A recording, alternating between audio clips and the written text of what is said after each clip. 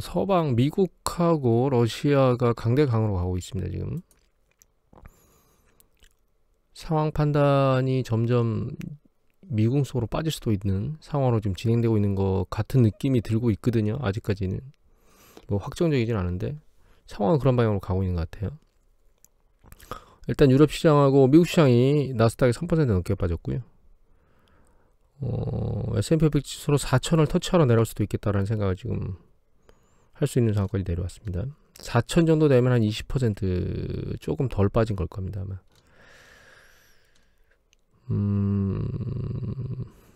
일단은 이 장이 이렇게 세게 움직인 이유가 미국이 그 러시아산 원유 수입을 금지하겠다, 혼자라도 단독으로도 할 거다, 막 이런 얘기들이 나오고 뭐 법안 얘기도 나오고 막 이렇게 얘기되면서 유가가 급등했다가 잠깐 내려왔거든요.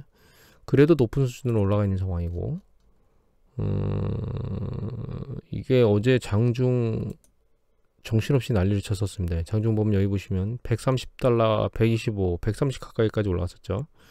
130 가까이까지 올라갔다가 좀 내려온 겁니다. 그나마.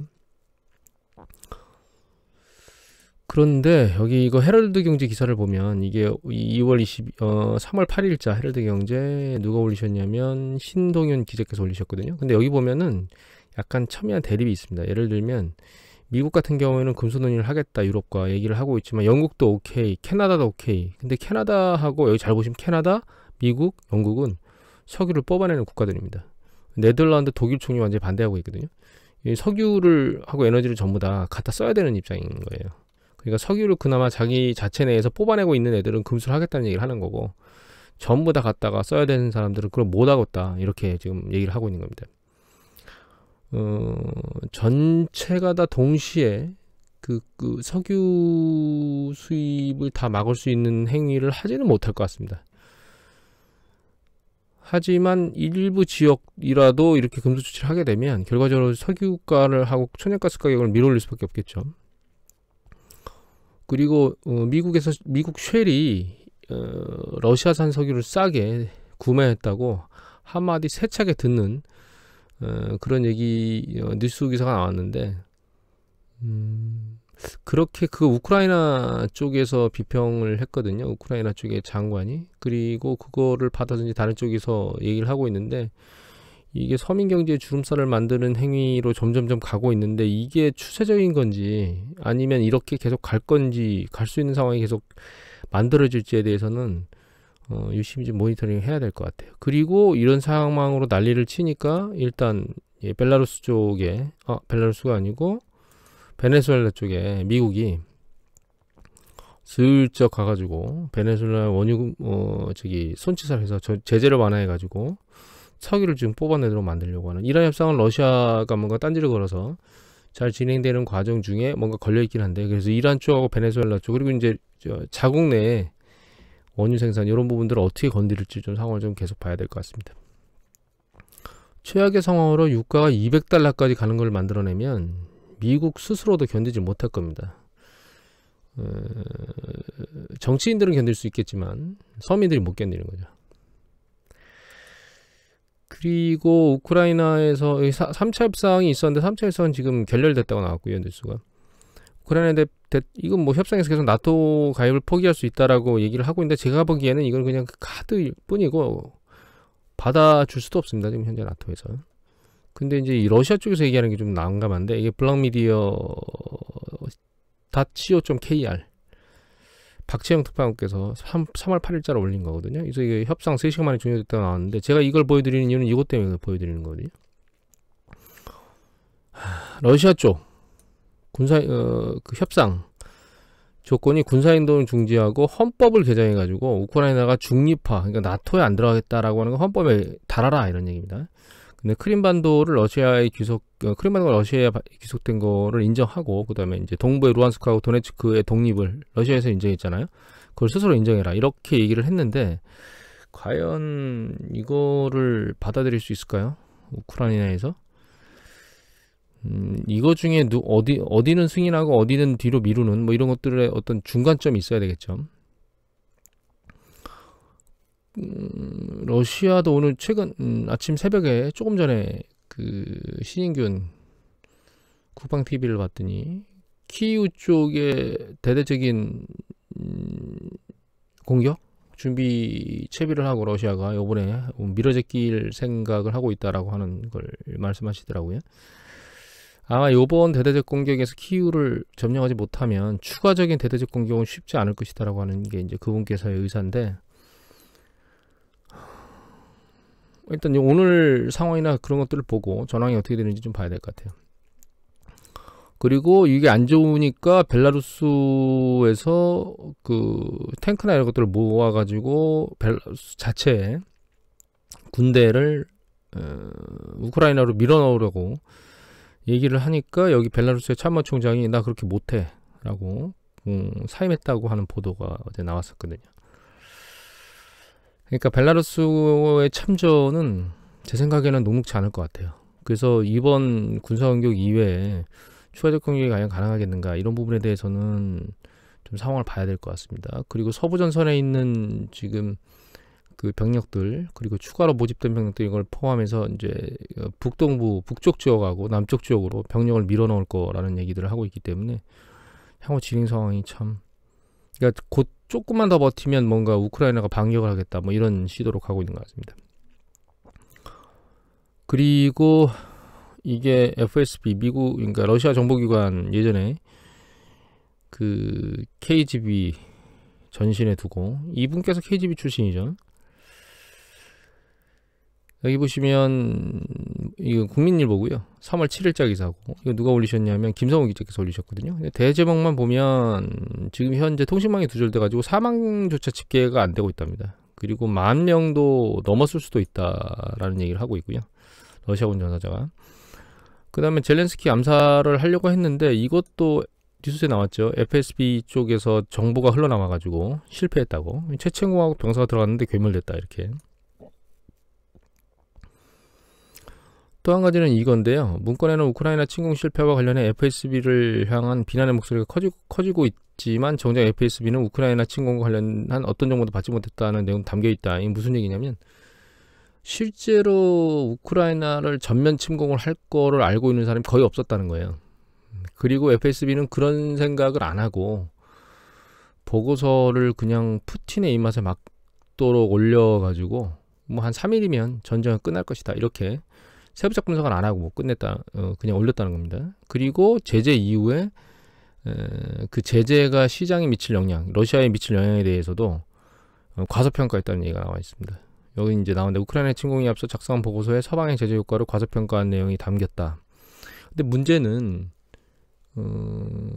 이렇게 전면적으로 침공할 것이라고 생각을 안 하고 있는 상황에서 아마 보고서를 쓴 것 같아요. 그래가지고 푸틴 이외에 이거 전면전 침공을 하겠다라고 생각하는 사람은 거의 없었다라고 하는 내용이, 다른 쪽에서 제가 이건 내용을 들은 얘기거든요. 다른 의견서 내용이, 그런 내용이 나왔다라고 이 문서에서, 이게 문서가 2,000조인가 굉장히 많답니다. 설명해 놓은 게 있는데, 이게 중요한 거는 푸틴이 오판으로 작업을 진행한 건 맞고, 그 오판을 하도록 주변에서 정보가 잘못 올라갔다.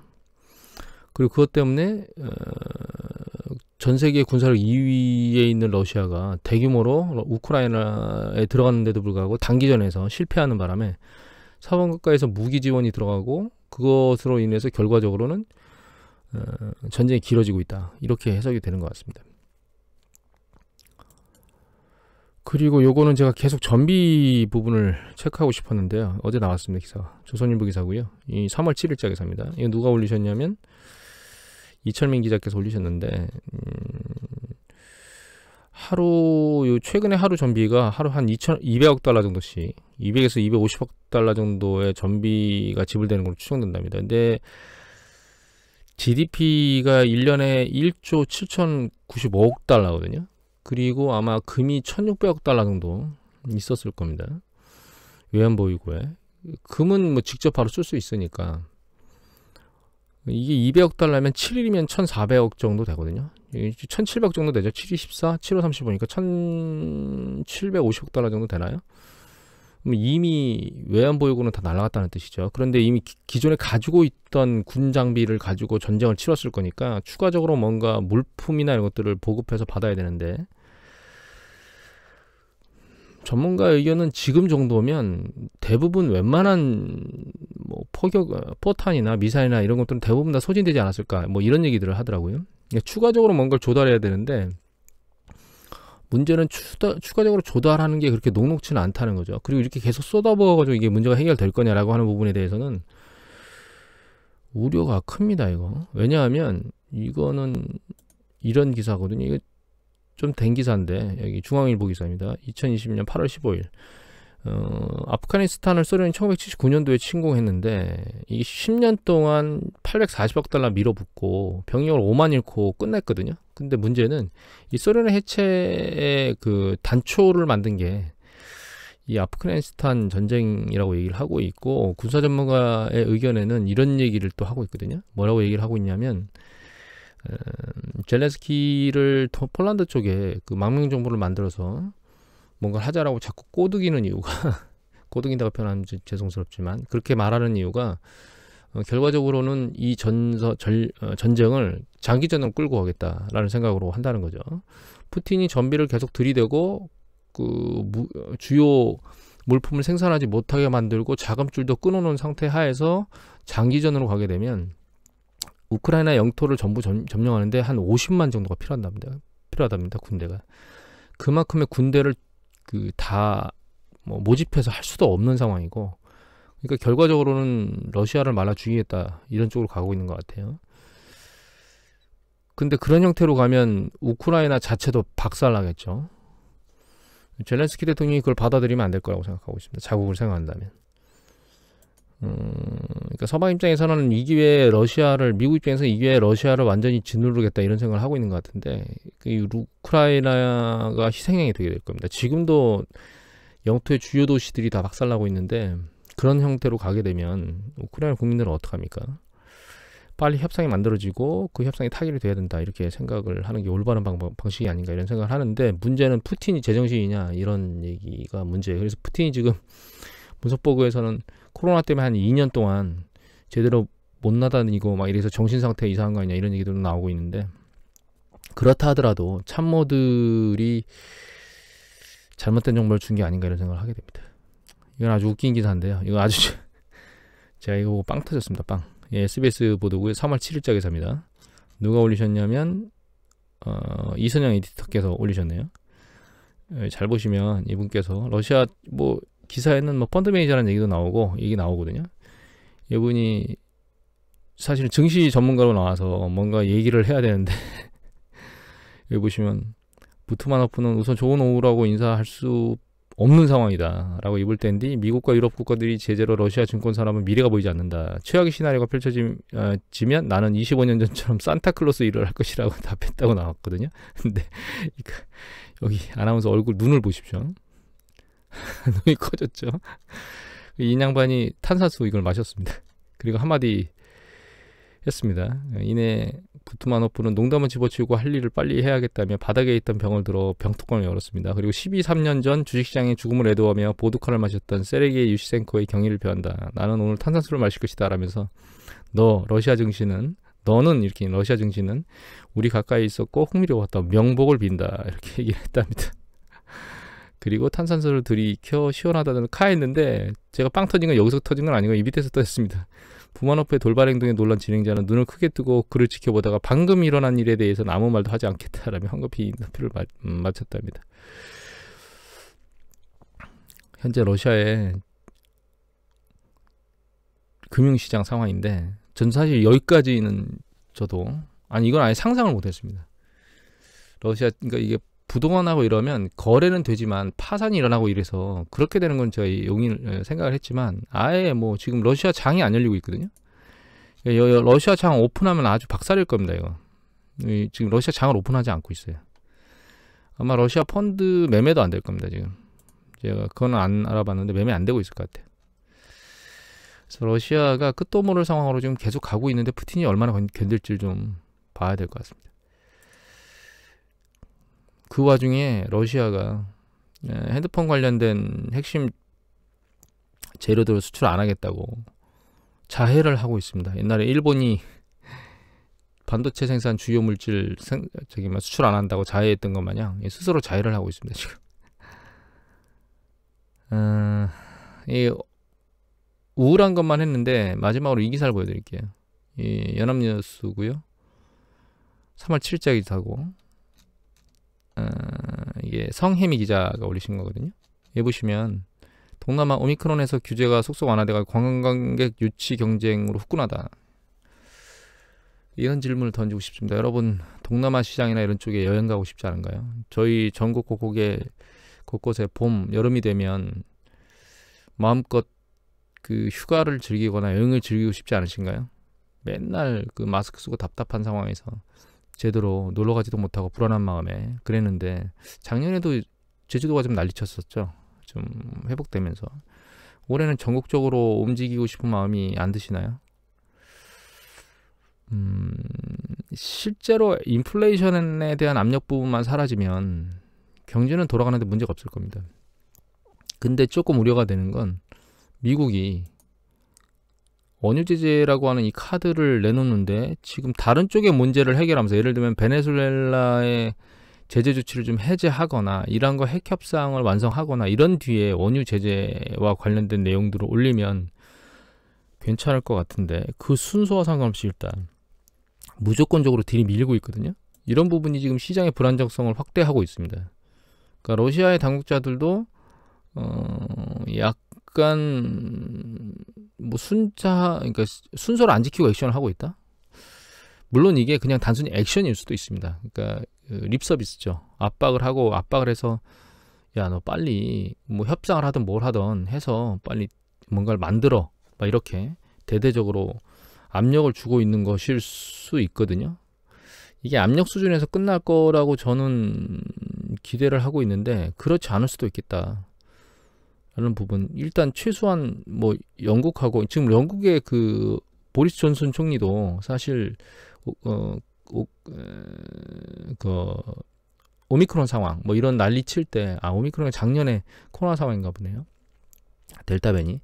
그때 와인 가지고 뭐 파티하고 난리를 쳐가지고 사실 쫓겨날 상황이었는데 이 전쟁 터지면서 강경 발언 계속하면서 다시 지지율이 올라갔거든요. 이 미국도 마찬가지입니다. 바이든 대통령이 30% 후반대까지 갔다가 지금 40% 후반대로 급등했거든요. 이런 정치적 부분의 노림수를 가지고 지금 계속 액션을 취하고 있는 것 같습니다. 유럽 전체가 전부 다 에너지 금수, 그러니까 러시아 에너지 금수 조치를 할 수는 없을 것 같아요. 왜냐하면 그랬다가는 진짜 폭발적으로 올라가는 에너지 가격을 감당할 수가 없을 겁니다. 하지만 일부 국가들, 석유를 생산하는 뭐 미국이라든가 유럽이라든가 혹은 캐나다라든가 이렇게 그 서방 국가들 중에서 자체적으로 석유를 일정 부분 생산하고 있는 국가들 같은 경우에는 그 카드 일부를 받아들일 수도 있겠다라는 생각을 하게 되고 그게 이제 에너지를 상승시키는 압력에는 충분히 작동을 하게 될 겁니다. 물론 이제 말씀드렸던 다른 쪽에서 에너지가 나올 수 있는 어떤 그런 대안책을 액션을 취하고 만들어 놓은 다음에 그 액션이 진행되면 문제가 없겠지만 그래서 그 두 가지 부분을 한번 잘 모니터링을 계속 해야 될 것 같고요.